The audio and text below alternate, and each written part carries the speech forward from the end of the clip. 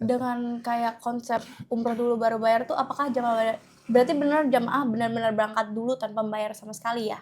Betul, Oke, dengan betul. catatan mereka sudah ke Mhm, bank mhm, atas persetujuan mereka untuk mhm, memblokir nominal sebesar, mhm. biaya umroh. Memahami Tapi sistem kalau kita di sini selalunya bicaranya bukan murah atau ekonomis. ekonomis, Ekonomis itu rental. artinya, eee, fasilitas yang diberikan sesuai. Kalau Mhm, hotel bintang 5 dengan hotel bintang 3 tentu akan beda harganya pasti, gitu loh. betul Tapi betul. jangan sampai harga bintang 5 nanti hotelnya bintang 3 gitu, itu namanya penipuan juga gitu. Sebelum kita Iya, tutup. iya. Kalau ada yang aman, ngapain cari yang bikin deg-degan. Betul betul betul. Bismillahirrahmanirrahim. Assalamualaikum warahmatullahi wabarakatuh. Salam. Oke, eee, selamat datang kembali ke episode Balik Layar yang kedua. Saya yakin banyak yang akan kaget ketika mendengar tema hari ini nih. Ada program umroh yang memungkinkan jamaah berangkat dulu, lalu pembayaran dilakukan setelah perjalanan selesai. Jujur saja kalau saya pertama kali mendengar konsep ini, saya juga akan bertanya, "Memang bisa ya?" Hari ini saya bersama Bapak Amnur, kita akan membahas bagaimana sistem ini bekerja dan apakah benar-benar aman. Oke, kita mulai dengan segmen pertama ya, umroh dulu baru bayar. Memang ada orang umroh dulu baru bayar. Sebelum masuk lebih jauh, saya ingin bertanya konsep umroh dulu baru bayar ini sebenarnya seperti apa sih, Pak? Oh, oke, baik, terima kasih. Eee, Umroh dulu baru bayar itu kan metode pembayaran. Nah, tergantung orangnya. Yang kebanyakan selama ini kalau kita kita bicara umroh dulu baru bayar itu identiknya dengan, minjem uang, baru nanti dicicil umroh dulu, tapi banyak yang nggak tertarik dengan itu. Nah, kalau yang dari Umroh Asia, PT Putri Kayu Tour Travel International ini, umroh dulu baru bayar, eee, bukan berarti pinjaman, enggak sama sekali. Cuma lebih ke, pengamanan ya. Mungkin dari dulu sampai sekarang penipuan travel kan banyak terjadi, itu fakta gitu loh. Mhm mhm. Baik itu, travel berizin atau tidak, apalagi sudah berizin dan terkenal travel bagus, terus tiba-tiba, terjadi penipuan ribuan jamaah yang, enggak diberangkatkan gitu loh. Nah, apalagi, 3 bulan sebelumnya harus lunas gitu, artinya kan dia pegang uang dulu, pegang uang orang dulu. Nah, itu kan sangat berisiko untuk hilang, ya faktanya seperti itu gitu loh. Nah, makanya karena, kejadian hal tersebut, kita mengantisipasi supaya jamaah benar-benar terlindungi dan aman dari kejadian tersebut, maka kita bikin metode pembayaran umroh dulu baru bayar. Caranya bagaimana? Dengan melibatkan pihak ketiga, dalam hal ini bank. Nah, Mhm. kebetulan, kemarin PT Putri Kayu Tour Travel International sudah melakukan MOU dengan, Bank Syariah Indonesia, BSI, Oke. cabang Saharjo. Mhm. Nah, di mana, program itu adalah program tabungan umroh. Jadi, calon jamaah menabung di tabungan umroh BSI. Nah, kemudian, terjadi ikatan kerjasama yang ditandatangani oleh bertiga, yaitu jamaah, PT Putri Kayo, dan, Bank BSI untuk, melaksanakan program ini gitu loh, di Oke. mana jamaah ini menabung di BSI, tabungan, eee, umroh di BSI, kemudian mengajukan permohonan memblokir tabungannya seharga biaya umroh. Oh, oke. Nah, seharga biaya umroh dan kemudian berdasarkan surat persetujuan itu atau surat pernyataan tersebut, pihak travel melakukan proses umrohnya mulai dari pemesan tiket, hotel, visa dan lain-lain itu pakai biaya dari PT Putih Kayu Tour Travel International dulu. Nah, kemudian setelah jemaahnya berangkat dan melaksanakan ibadah umroh di Tanah Suci, baru pihak BSI yang mentransfer ke PT Putih Kayu. Nah, seandainya tidak terjadi pemberangkatan, maka tidak akan ditransfer tentunya. Nah, ini akan lebih aman. Lebih aman dari segi jamaah dan perlindungan jamaah akan uangnya seperti itu. Gitu. Jadi itu uangnya memang dari tabungan jamaah, terus uangnya ditahan oleh bank, nanti ditransfer atas persetujuan jamaah tersebut ya Pak? Iya betul. Jadi persetujuannya di awal. Oke. Di awal. Jadi ketika jamaah menabung di BSI, sudah dinyatakan bahwa ini ada tabungan umroh sebesar sekian, mohon diblok oleh bank ya, dan minta dibantu ditransferkan ke PT Putih Kayu pada tanggal ditetapkan setelah mereka selesai umroh. Itu perjanjiannya di awal. Berdasarkan surat perjanjian itulah, maka kita berani untuk menalangin dulu mulai dari pesawatnya, hotel, visa, dan transportasi di sana. Oke. Dengan kayak konsep umroh dulu baru bayar tuh, apakah jamaah berarti jamaah benar-benar berangkat dulu tanpa membayar sama sekali ya? Betul. Oke, dengan catatan mereka sudah ke bank atas persetujuan mereka untuk memblokir nominal sebesar biaya umroh yang mereka akan biaya umroh itu ya? Iya. Nah, sebenarnya gini, kalau untuk konsep umroh dulu bayar berawal dari niat kami supaya memfasilitasi orang untuk umroh gitu loh. Nah, konsep umroh dulu baru bayar ini sebenarnya ada dua ya. Kalau orangnya udah punya uang, berarti dia nabung di tabungan umroh itu untuk diblok sehingga nanti setelah sampai di Mekah baru dibayarkan gitu loh. Atau kalau dia belum punya uang, makanya ada talangan umroh. Nah, itu pihak ketiga. Ada leasing yang kita pernah bahas sebelumnya. Jadi calon jamaah ini mengajukan permohonan ke leasing untuk meminjam uang, katakanlah begitu, dan kemudian leasing yang meminta ke PT Putih Kayu untuk diberangkatkan orang tersebut. Jadi leasing tersebut yang memberikan invoice. Kita memberikan invoice ke mereka.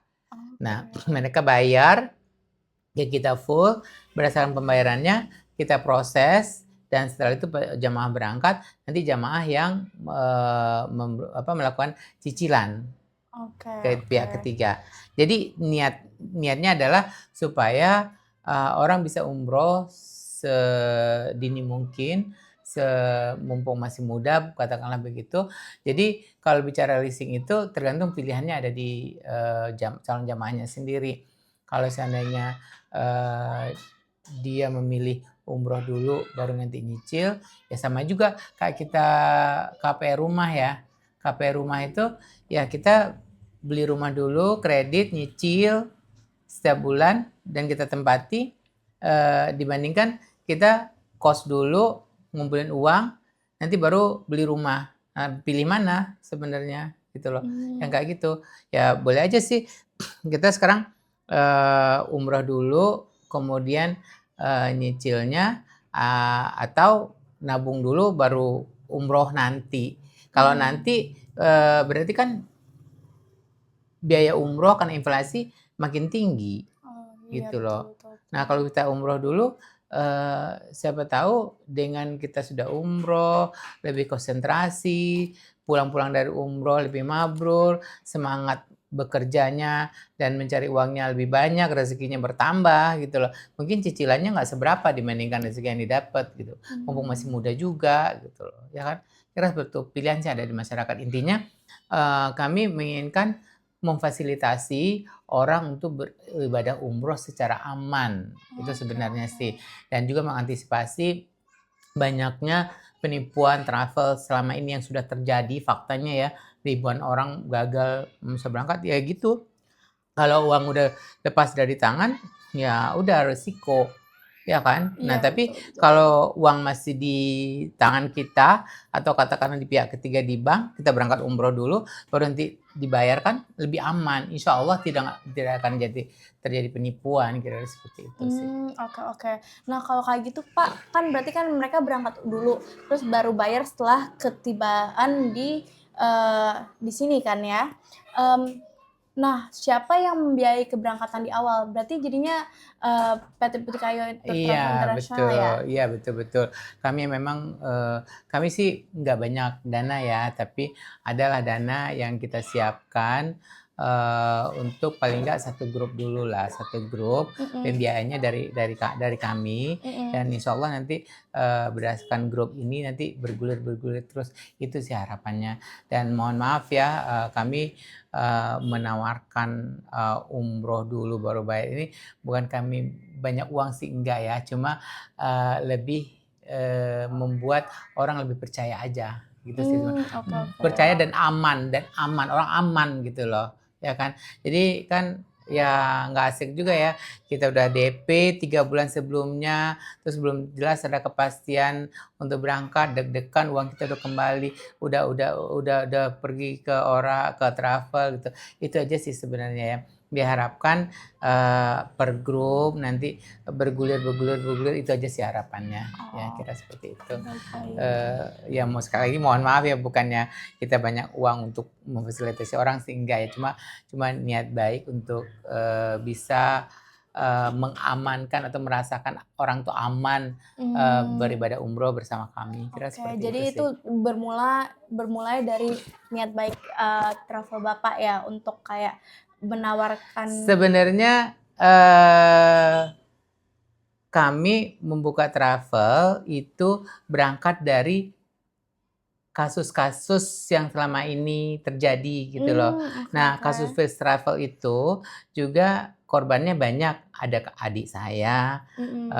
kemudian, eee eee, suaminya, keluarganya, sepupu, terus teman-teman kantor, banyak yang kena gitu loh, ya kan. Ya Mmm. alhamdulillah, saya sih waktu itu nggak kena ya, karena kan pas awal-awal emang fasilitasnya bagus tuh, gara-gara mulut saya yang menyatakan First Travel bagus dan segala macam itu banyak yang tergiur dan, pada berangkat, kemudian dari informasi mulut ke mulut banyak yang mendaftar, begitu udah banyak yang mendaftar, kabur gitu loh. Itu kan Mmm. korban sebenarnya. Itu kan dari sistem yang mereka buat, harga murah-murah dan Mhm. segala macam itu gitu loh. Nah sekarang, selain harga murah dan, aman dari, risiko penipuan, itu sih tujuannya. Oke oke. Wow, bagus banget ya, Pak, tujuannya berarti.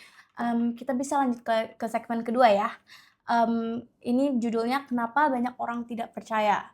Karena balik lagi kayak kita ngomongin pembayaran yang aman, terus sebelum-sebelumnya ada history-history, penipuan di industri, travel umroh ini.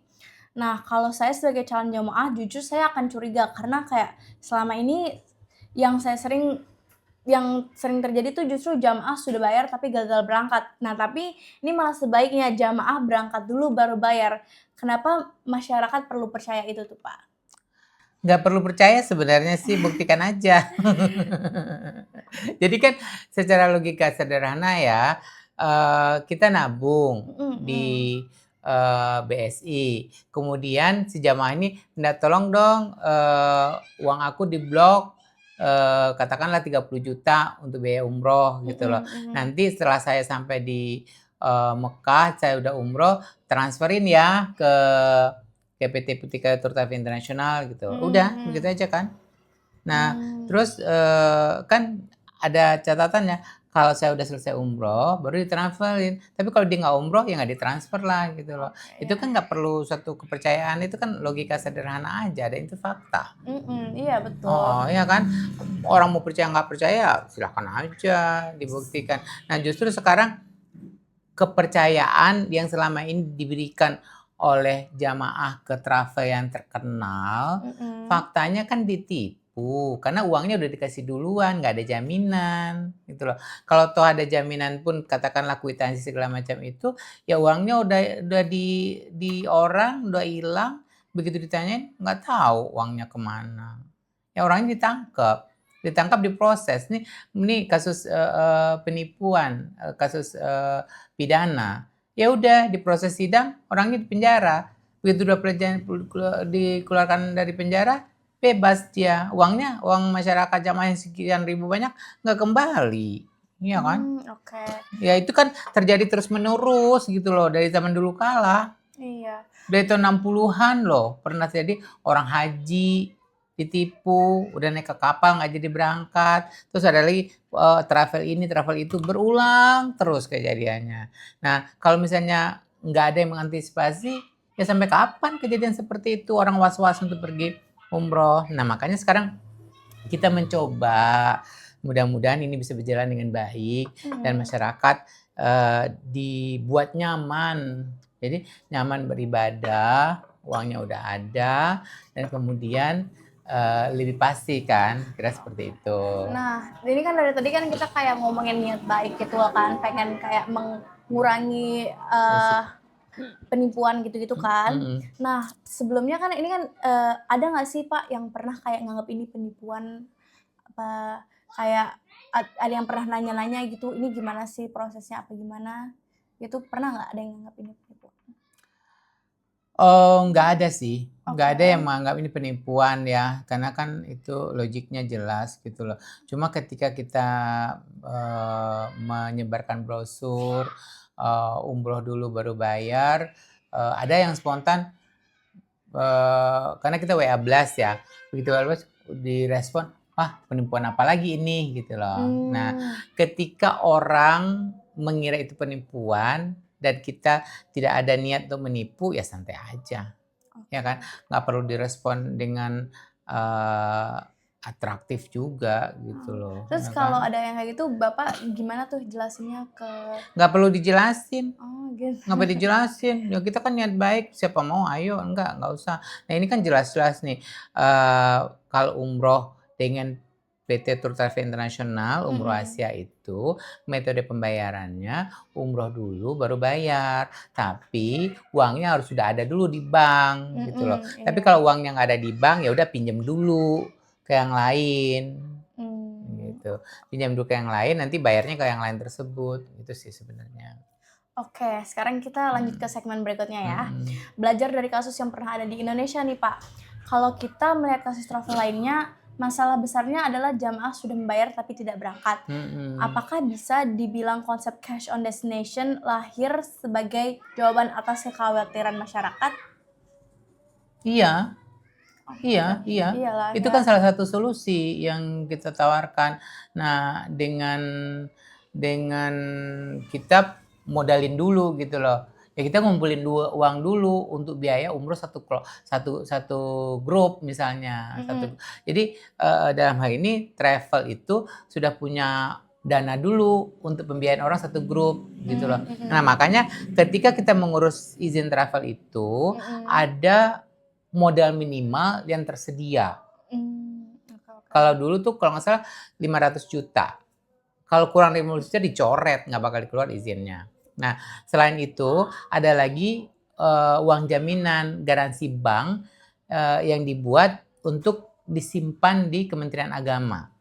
Nah, kita juga masih punya loh garansi bank yang disimpan di Kementerian Agama, baru keluar izinnya. Nah, untuk membuat garansi bank pun juga menempatkan kita punya uang buat garansi bank nggak bisa. Harus ada dulu kita masuk ke organisasi. Ya, jadi kami PT Putri Tour Travel International setelah masuk dulu ke asosiasi penyelenggara ibadah umroh. Nah, setelah masuk asosiasi, baru dibikinkan rekomendasi untuk membuat bank garansi. Baru kita kembali lagi ke bank, keluarlah bank garansi. Bank garansi itu yang kita serahkan ke Kementerian Agama. Nah, berdasarkan bank garansi dan persyaratan lainnya itu, baru keluar izin PPIU, izin penyelenggaraan ibadah umroh, seperti itu. Oke. Kalau dari model cash on destination ini, kan tadi kan Bapak pasti tadi bilang kayak menurunkan kekhawatiran masyarakat Indonesia kan, membuat risiko jamaah lebih kecil. Nah, kalau dibandingin dengan sistem pembayaran penuh di awal, apakah kelebihan dan kekurangannya, Pak? Kalau pembayaran di awal itu kan udah biasa terlaksana selama ini kan. Mhm mhm. Misalnya, oh DP dulu 5 juta gitu loh. Nah nanti pelunasan, sebulan sebelum pemberangkatan. Ada bahkan yang saat ini heboh-heboh itu kan 3 bulan sebelum berangkat harus sudah lunas gitu loh. Itu sudah hal biasa kan yang dilakukan oleh, masyarakat sendiri dan sudah mungkin udah biasa juga jadi kasus penipuan barangkali. Nah justru, hal yang biasa ini kita buat luar biasa dengan umroh dulu, baru bayar gitu loh. Mmm, Dengan catatan ya kita sebagai seorang pengusaha ya punya modal dulu lah, walaupun modalnya nggak banyak, tapi ada lah mhm untuk mhm. membantu gitu loh, untuk membantu keamanan orang gitu Oke ya kan. oke. Nah, mungkin dari sisi kami, malah sebaliknya. Sebaliknya nanti khawatir orang udah berangkat umroh terus tiba-tiba nggak bayar gitu loh. Ya tapi kan Mmm, adanya di pihak bank tadi, pihak ketiganya yang menjamin bahwa orang itu udah punya uang nanti ditransfer gitu loh. Nah mmm. cuma nanti kita juga nggak akan tahu apa yang terjadi, apakah nanti orangnya, apa namanya, yang suka iseng, yang niatnya nggak mau bayar, itu kan kita juga nggak tahu, paling itu personal satu persatu lah gitu loh. Artinya kalau misalnya ada orang nanti yang nyeleneh, terus, dia tiba-tiba cari-cari alasan untuk tidak mau bayar misalnya ya, Mmm, ini mhm pemikiran mhm. negatif aku aja sih. Nah kalau ada itu kan paling nggak banyak lah orang yang bersifat culas begitu ya, kalau satu atau 2 gitu loh. Ya tapi kan dibandingkan ketipu ribuan orang oleh satu, travel kan lumayan juga gitu loh, ya kan? Berarti adanya pihak ketiga yaitu bank, nggak cuma membantu jamaah, juga membantu kita sebagai travel umroh ya, Pak, ya? Karena kayak memastikan kalau itu, eee, nominalnya ada gitu loh. Betul, Oke oke mhm oke. mhm mhm. Siap. Samalah kayak kita belanja, di apa tuh, di marketplace Mhm kan mhm. dibandingkan kita langsung belanja ke, orang misalnya webnya langsung, ya kadang-kadang kita udah belanja webnya dulu sebelum ada marketplace, aku tuh sering ketipu loh belanja, oh barangnya bagus kita ingat nggak kita beli kamera dulu, transfer ke orangnya, barangnya nggak datang. Begitu kita tanya lagi, "Oh iya ada masalah di apa namanya, di bea cukai dan segala macam, tambah deh transfernya lagi." Lah transfer lagi, berarti kan niatnya menipu itu, kalau nggak ada pihak ketiga kan. Tapi Mmm, dengan adanya marketplace yang sebagai pihak ketiga, kita lebih aman berbelanja gitu loh. Kita belanja oke oke. dulu, barangnya udah sampai, dengan baik kita laporkan barangnya udah sampai, mereka baru transfer ke orang itu. Kalau barangnya nggak Mmm. tersampai, ya udah uangnya kembali ke kita gitu loh. Jadi ada pihak ketiga yang menjamin dari sisi keuangan gitu. Oke oke. Wow, berarti Mhm. memang aman banget ya untuk sisi, jamaah dan sisi, sebagai travel umrohnya Iya ya? betul, dari sisi travel umroh, kita juga merasa nyaman sebenarnya ya. Artinya Mhm. kita nggak pegang uang orang, takutnya nanti uangnya kepakai, ya nggak tahu ya, kita jadi takut. Tapi dengan, apa namanya, memfasilitasi orang setelah, selesai baru dibeli ya Kak, baru baru apa namanya, baru dibayar kan dari sisi sayanya tuh lebih nyaman rasanya gitu loh, Oke nggak oke. pegang uang orang, gitu aja sih sebenarnya. Oke, oke, kita lanjut ke segmen berikutnya ya. Mmm, Siapa yang cocok mengikuti program ini? Apakah semua orang bisa mengikuti program ini dan apa ada syarat tertentu? Ada yang semua orang bisa ikut, syaratnya punya uang di tabungan. oh Nah, gitu, kalau nggak punya uang simple ya? kalau kalau nggak punya uang mau berangkat dulu boleh, tapi, pergi ke leasing pihak ketiga, ya Mmm, kan. Nah, pihak ketiga yang membayarkan ke kita berangkat juga, gitu loh. oke oke. Yang penting kita ada niat untuk umrohnya, Oke. ya kan. Kalau nggak ada niat mah dikasih, gratis pun belum tentu mau kali, Oke ya kan. Tapi oke. kalau udah ada niat diupayakan gitu Iya, loh, karena kan ya kalau kan. orang udah pengen pasti ada aja gitu jalannya ya, Pak? Ya niatnya dan Ok juga panggilan Tuhan. oke. Aku beralih ke pertanyaan berikutnya ya. Bagaimana proses seleksi untuk metode pembayarannya? Nggak pakai seleksi, Nggak pakai seleksi ya, jadi mem kayak udah ada tabungan, udah ada oh itu, iya, udah ada, apa namanya, tabungan BSI, tinggal ke kita. heeh, tinggal tinggal MOU itu aja, Oh, oke mhm oke. mhm.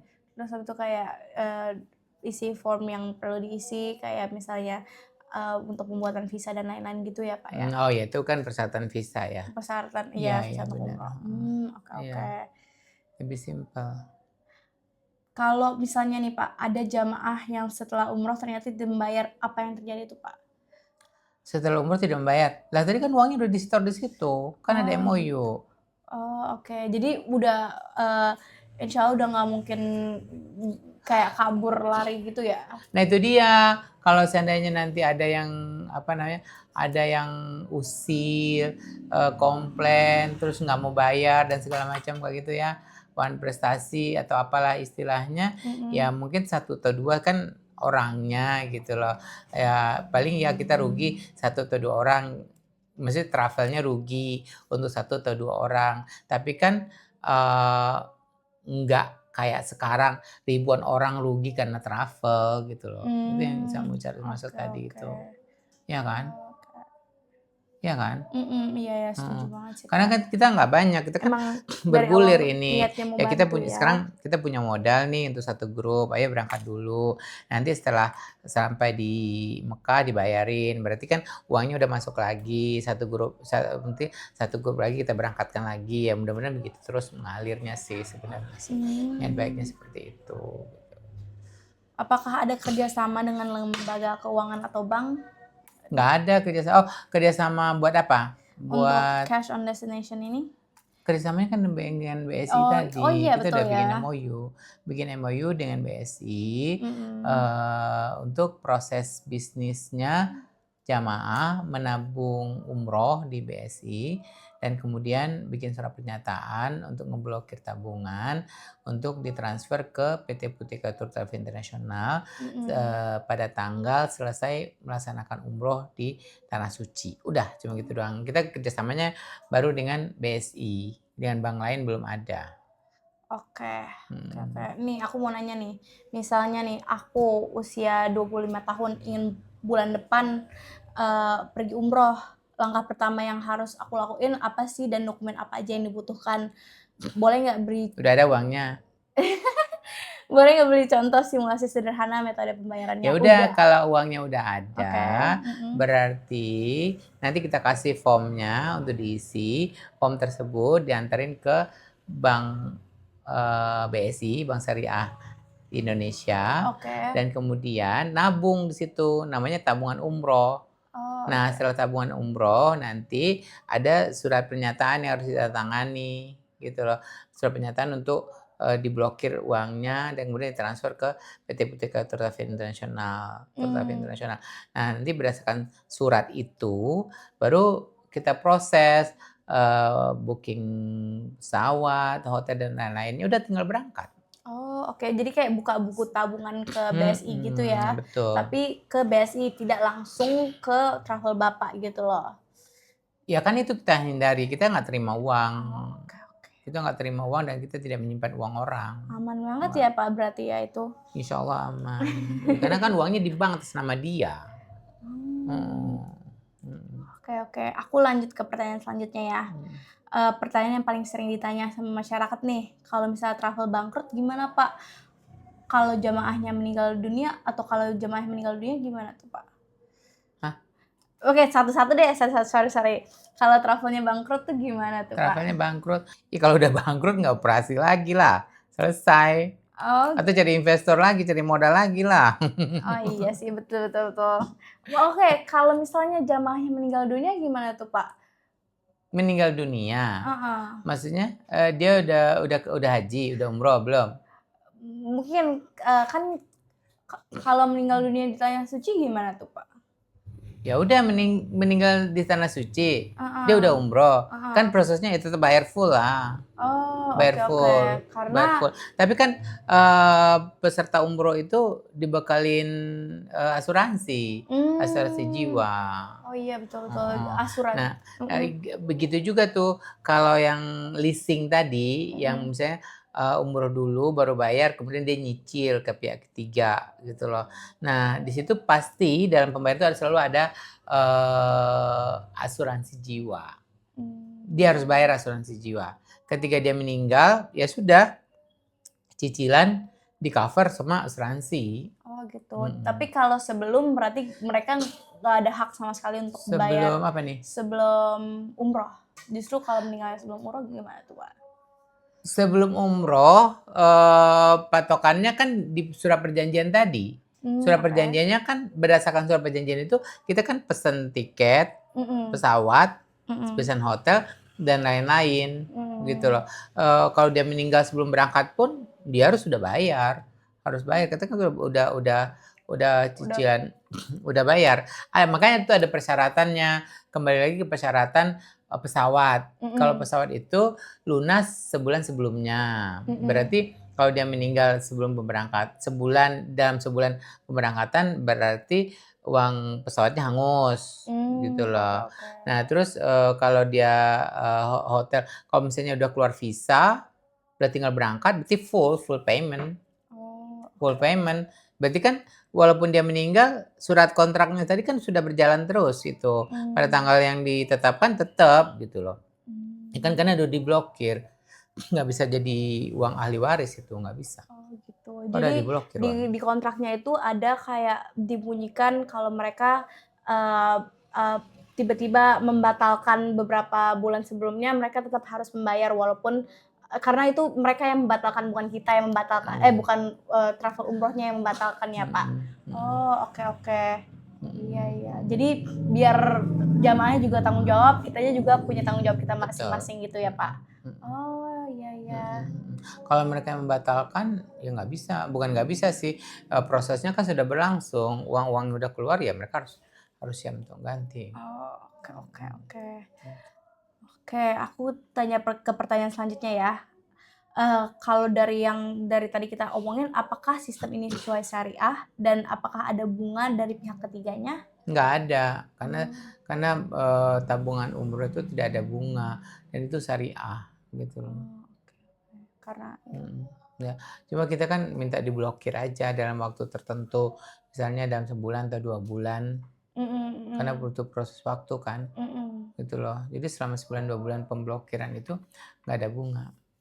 Oke. Nggak ada bunga. Aku lanjut ke segmen selanjutnya ya. Segmen yang kali ini judulnya satu hal yang perlu diketahui masyarakat. Mulai dari pertanyaan untuk Bapak ya. Menurut Bapak, apa kesalahpahaman terbesar masyarakat tentang program umroh dulu baru bayar? Kesalahpahaman terbesar menurut Bapak. Itu kesalahpahamannya sering mengira kan ngutang. Iya ya. Ya, orang mau umroh itu kan bagi yang mampu kok ngutang sih gitu loh, ya kan. Nah, makanya sekarang tuh kalau travel umroh, orang pergi umroh itu kan orang sudah mampu, udah siap uangnya gitu. Terus disuruh bayar, oh lunas 3 bulan terakhir, oh siapa takut gitu loh, langsung bayar 3 bulan terakhir lunas gitu loh, ya kan. Ya, karena mereka udah siap untuk berangkat gitu loh. Cuma kesiapan orang dan kemenyerahan orang ini yang banyak dimanfaatkan oleh travel untuk menipu mungkin, atau ada hal lain kita nggak tahu lah gitu loh. Yang pasti kan faktanya ribuan orang tertipu oleh travel dan itu berulang terus gitu loh, ya kan. Ya, itu kesalahannya ya itu. Tapi kalau orang yang khawatir ya sudah cari aman aja. Seperti itu. Kalau ada seseorang nih yang masih ragu setelah nonton episode ini, apa yang ingin Bapak sampaikan tentang program kita ini? Coba aja dulu datang ke BSI, nabung. Kalau nabung kan di mana-mana orang biasa nabung. Terus memblokir tabungannya, terus kemudian daftar ke PT Putri Kayo. Coba dulu gitu loh, setelah coba baru kita tahu gitu. Terus kalau misalnya kita mengira-ngira satu hal yang pemikiran negatif, itu namanya suudzon, ya kan. Berarti kan manusia, umat muslim kan disarankan untuk husnuzon, niat baik gitu loh. Nah, ini kita niat baik nggak diterima baik oleh orang lain, ya doa nggak masalah gitu loh. Jadi berarti bukan berarti kita harus mundur, niat baik kita berjalan aja terus gitu loh. Sampai suatu saat orang yang membuktikan gitu loh. Makanya di slogan Umroh Asia itu di PT Putri Kayo Tour Travel itu sahabat, kita bilang sahabat. Jadi PT Putri Kayo Tour Travel Indonesia ada sahabatku gitu. Ya kita bersahabat kan saling percayalah gitu. Masa sahabat mau nipu. Tapi kalau misalnya sahabat nggak yakin sama kita, ya sudah pakai pihak ketiga yang mengamankan gitu. Gitu aja sih sebenarnya. Oke. Oke.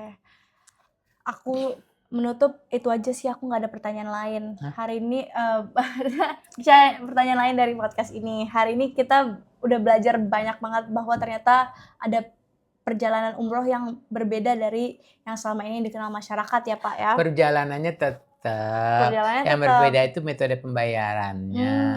Yang Mm-mm. pembayarannya tadi langsung ke travel, sekarang uangnya disimpan dulu di bank, namanya tabungan umroh gitu Mm-mm. loh. Nah, setelah pemberangkatan sudah sampai di Mekah dan melakukan tawaf, baru pihak bank mentransfer ke PT Puteka Auto Travel International gitu. Itu Oke. aja sih metode pembayarannya yang kita buat seaman mungkin buat jamaah untuk menghindari penipuan, menghindari tertipu gitu. Atau mungkin niat baik ini adalah mitigasi penipuan gitu loh. Karena uang kalau udah kasihkan ke orang, ya udah, syukur-syukur kembali. Kalau nggak kembali, ya selesai gitu aja sih. Gitu loh. Tapi kalau misalnya ada pihak ketiga, ya saling melindungi lah gitu. Ya seperti itu. Iya. Setuju banget sih Pak. Apalagi kalau pihak ketiga uangnya banyak, ya Iya. kan? Nggak bakal nipu kali. Iya, betul. Dan yang terpenting bukan hanya murah atau mahalnya ya, tapi amannya ya Pak ya. Iya aman. Dan tapi berbagai jamaah Tapi memahami sistem kalau kita di sini selalunya bicaranya bukan murah atau mahal, ekonomis. ekonomis. Ekonomis itu Betul. artinya fasilitas yang diberikan sesuai. Kalau hotel bintang 5 dengan hotel bintang 3 tentu akan beda harganya Pasti, gitu loh. betul. Tapi jangan sampai harga bintang 5 nanti hotelnya bintang 3 gitu. Itu namanya penipuan juga gitu ya kan. Ya kan, bukan murah atau mahal gitu. Ya itu ya relatif lah, mungkin ya kita memberikan yang ekonomis lah gitu lah, yang jangan sampai orang tertipu gitu aja sih. Setuju. Semoga dari podcast episode hari ini jamaah memahami sistem yang udah ditawarkan oleh Umroh Asia, haknya dan perlindungan yang mereka miliki. Iya. Iya. Ada lagi pesan-pesannya untuk jamaah yang ingin menunaikan umroh Pak sebelum kita tutup? Iya. Kalau ada yang aman, ngapain cari yang bikin deg-degan? Betul. Oke, udah sampai sini. Sampai jumpa di episode balik layar berikutnya. Terima kasih. Assalamualaikum warahmatullahi wabarakatuh.